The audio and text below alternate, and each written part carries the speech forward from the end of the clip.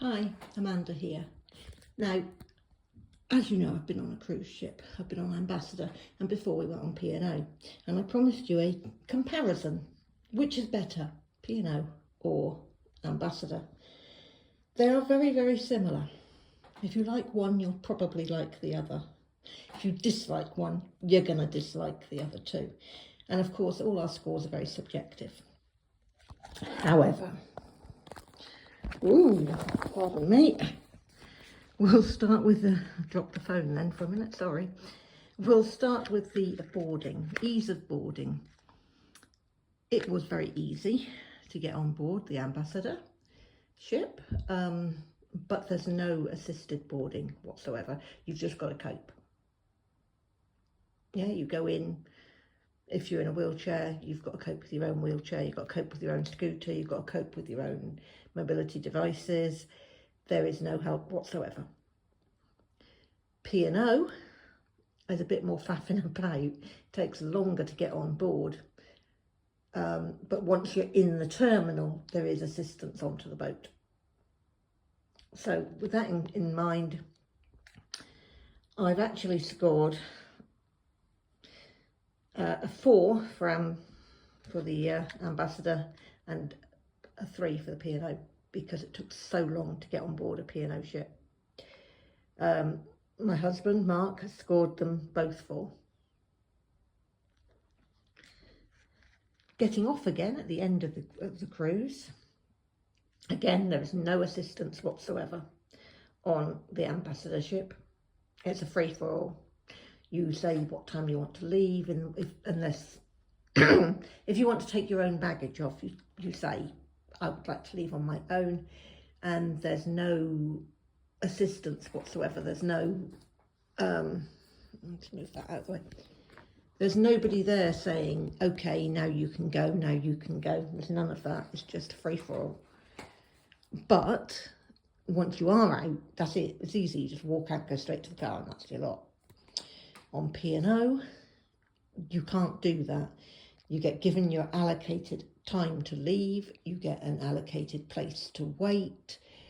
There's assistance, if you need it, to get off the ship, to collect your bags, to get to your car. The whole lot is helped. So, disembarkation, I've scored a 3 for the Ambassador, and so has my husband. And we both scored P&O with a 4 because of the extra amount of help there is. Now the shops. There are only a couple of shops on the Ambassador ship. It is a much smaller boat, but you can't get simple things. A packet of crisps, bar of chocolate, you can't get them. On P&O, you've got more shops and you can get those things. I mean, yes, they're expensive, but you can get them. So we've scored Ambassador 3 each, and we've each scored P&O 5. Onto the cabin.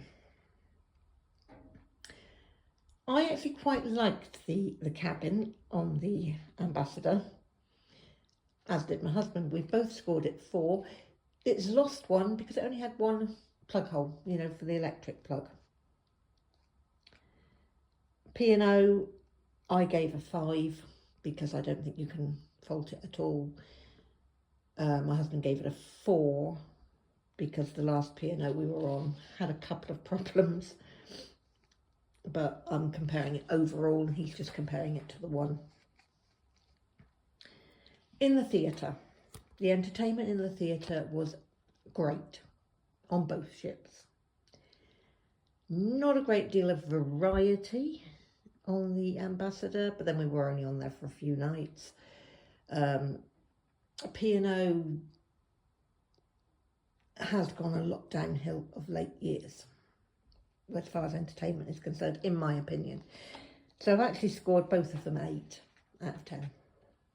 My husband didn't take part in the theatre, going into the theatre, so that's just down to me. Now the restaurant. The food and the service in the restaurant on the Ambassador ship was faultless. 5 out of 5. both for me and my husband. P&O, not so much.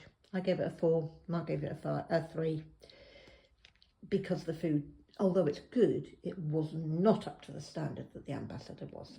Ambassador win that one, hands down.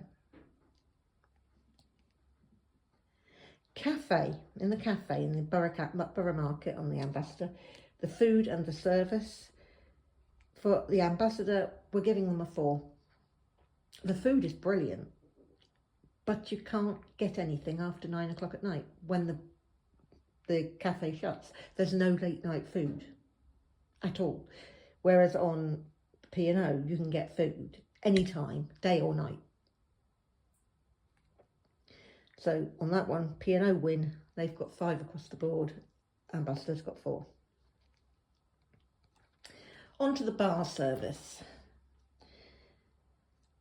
I've only scored Ambassador a 3, and that's because you can't get a cup of tea, and when you try, it's undrinkable. Husband scored them a 4 because, as he puts it, it's very hit or miss whether you're going to get served or not. Sometimes you can be sat there for ages waiting, and another time you just get served straight away. P&O, we both gave a 4. There's always room for a little bit of improvement as far as that side of things are concerned. The crew.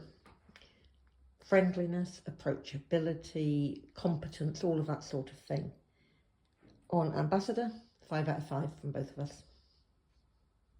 Speaks for itself. P&O, also 5 out of 5 from both of us. And our overall impression was pretty much the same. We said that Ambassador was an overall 4 out of 5, both of us did. And P&O, we've also said 4 out of 5. So, what are the scores on the doors? Well, if you add all that lot up, you will find that Ambassador comes in at 80 and P&O comes in at 86 out of 100. Very, very close.